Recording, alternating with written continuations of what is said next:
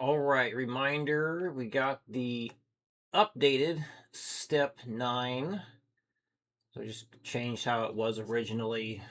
One of the things I was doing in putting these together was trying to keep things in one key, at least for this ascending, descending string change stuff, and also make it sound interesting, at least somewhat interesting, musical. Um, yeah, the more I think about it, the more improvements I want to make. Because at the end of the day, or the very last step, is going up this pentatonic, and then I think it's just going down that pentatonic, right? It's been a while since I put this together. No, it's not. Right. That sounded more interesting to me, so I went with that.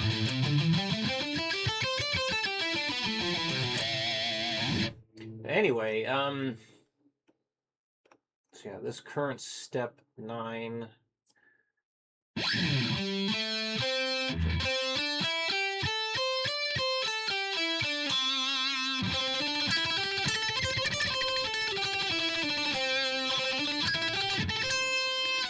Yeah, when I'm doing the left hand stuff, and with my index finger, it's really covering a lot of strings over here.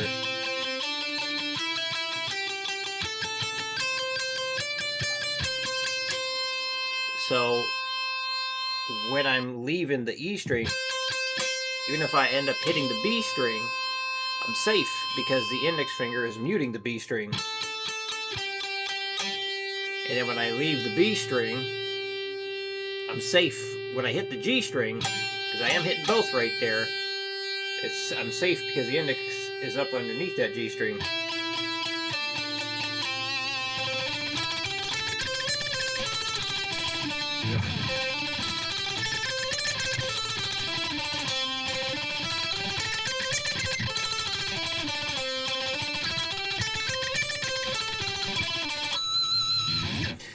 So really make sure that left hand's in there.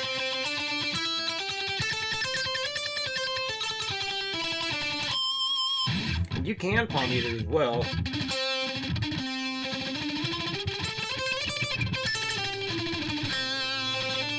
But it's palm muting those top strings, it sounds kind of funny. G string's not too bad to palm mute.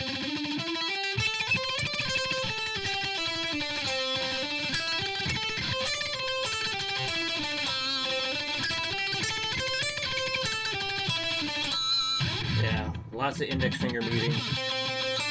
Let me try and get a good close-up of that. Yeah, but this idea of like not supposed to hit the other string, that's not really true. I hit the other strings all the time. Wait, doing a close-up on the wrong hand.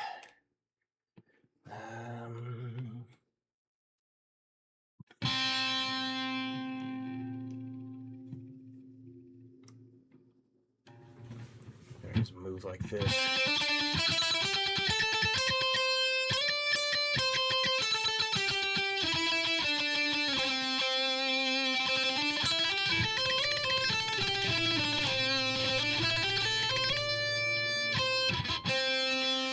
See, like the index finger, it's touching that D string. And now that I'm on the B string, that G string's being muted out. Now that I'm on the E string, the B string's being muted out.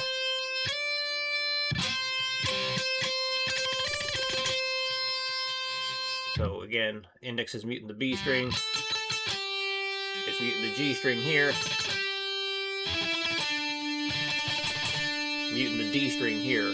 So I'm fretting the G string, but I'm up under that D string. So when you end up hitting it, when you're playing it quick, it's muted. If you do end up hitting it. Now, slower speeds, it definitely sounds better if you do miss the string, because it's a lot easier to hear the muted stuff when you're playing it slower. But again, if you're muting well enough, you should be okay. Beautiful.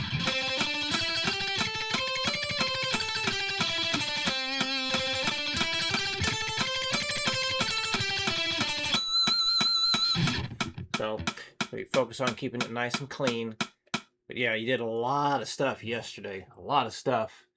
So, I would imagine there was a fair amount of fatigue that's been built up, just, not just physically, but mentally, trying to keep doing it like that. So you definitely pushed yourself yesterday. And you covered a lot of ground too. So just hope you keep that in mind. You did make a lot of progress for sure. So just make sure you go up in the 5s or even a little slower.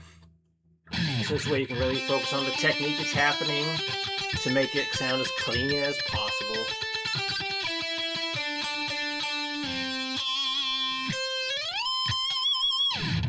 Okay, let's see. So I did get the next sweep thing ready. We're going to hit 4 strings. So yeah, we got the speed picking stuff still, the down picking material to keep working through.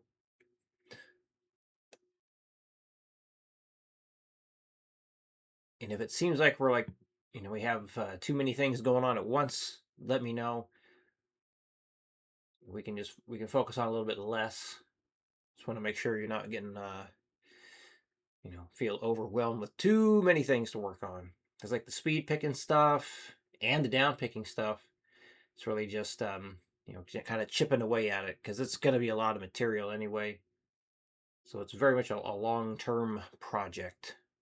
But anyway, sweeping 4 strings. So I'm going to start with the 8th notes here.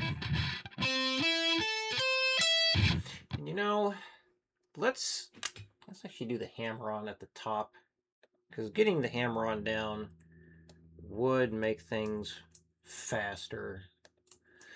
We just got to make sure the rhythm stays nice and tight.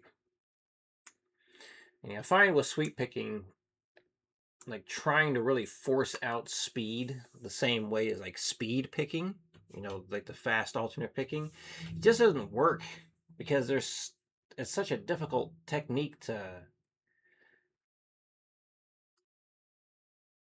what do I want to say? I want to say finesse. I don't know if that's the word I want to use.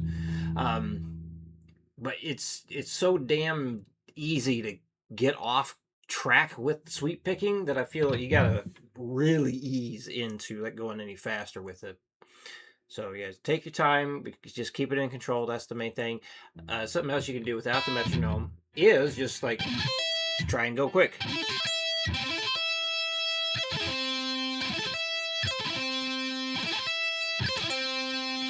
And just see if you can get some reps in that way. Just really watch your fingers and see if they can hit all those fret changes well. But yeah, with the metronome, you really got to focus on keeping it in control a lot more.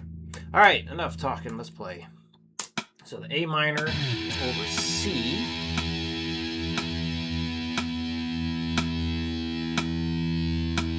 Small volume here. Okay, 1.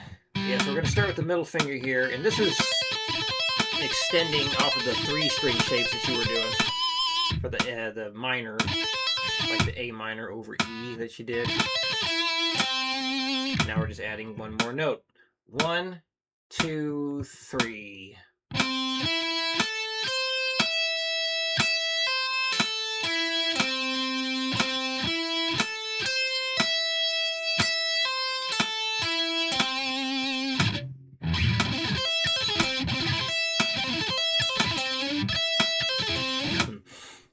All right, 120, 1, 2, 3.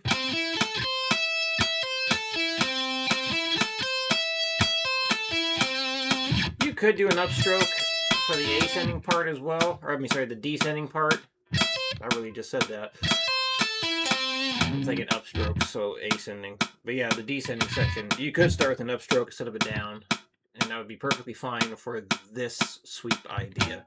So either a downstroke or an upstroke for that. You're really not going to change much of anything.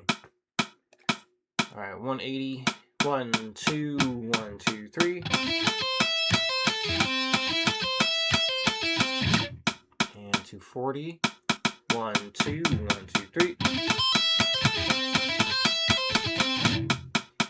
All right, now on to the B diminished over D. So we're going to start ring finger on this one. 1, 2, 3.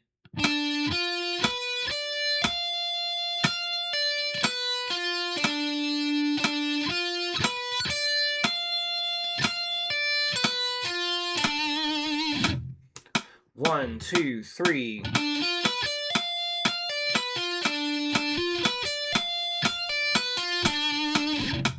180. 1, 2, 1, 2, 3.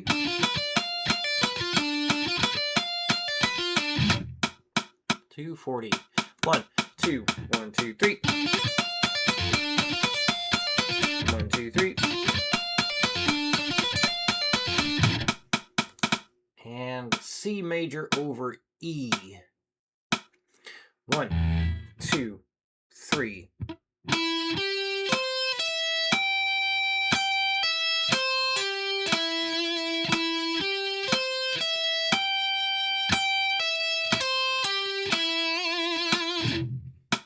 Oops. 120, 1, 2, 3.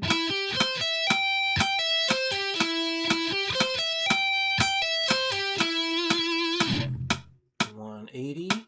1, 2, 1, 2, 3.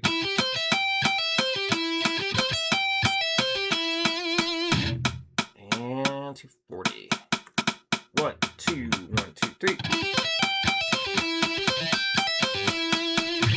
1, 2, 3. 1, 2, 3. Okay. And I did get the next thing set up for you with the arpeggio review. So this would be starting on the D string.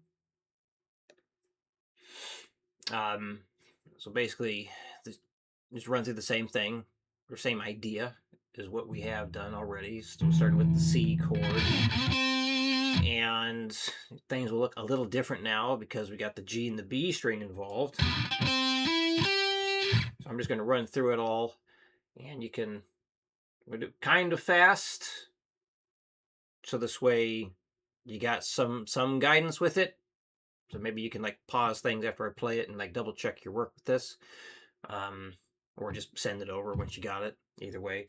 Either way is fine. But anyway, so yeah, we got the C chord, or C arpeggio. C sus 2, C sus 4, C major 7.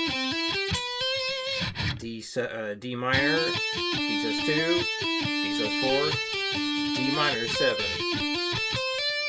Same thing an octave lower, D minor, D sus 2, D sus 4, D minor 7. E minor, D sus flat 2, D sus 4, D minor 7. And then F major, F sus 2, F sus sharp 4, F major 7. G major, G sus 2, G sus 4, G dominant 7. And then A minor, A sus 2, A sus 4, A minor 7. Ugh. And then B diminished, B sus flat 2 flat 5, B sus 4 flat 5, and B minor 7. B minor 7 flat 5, I mean.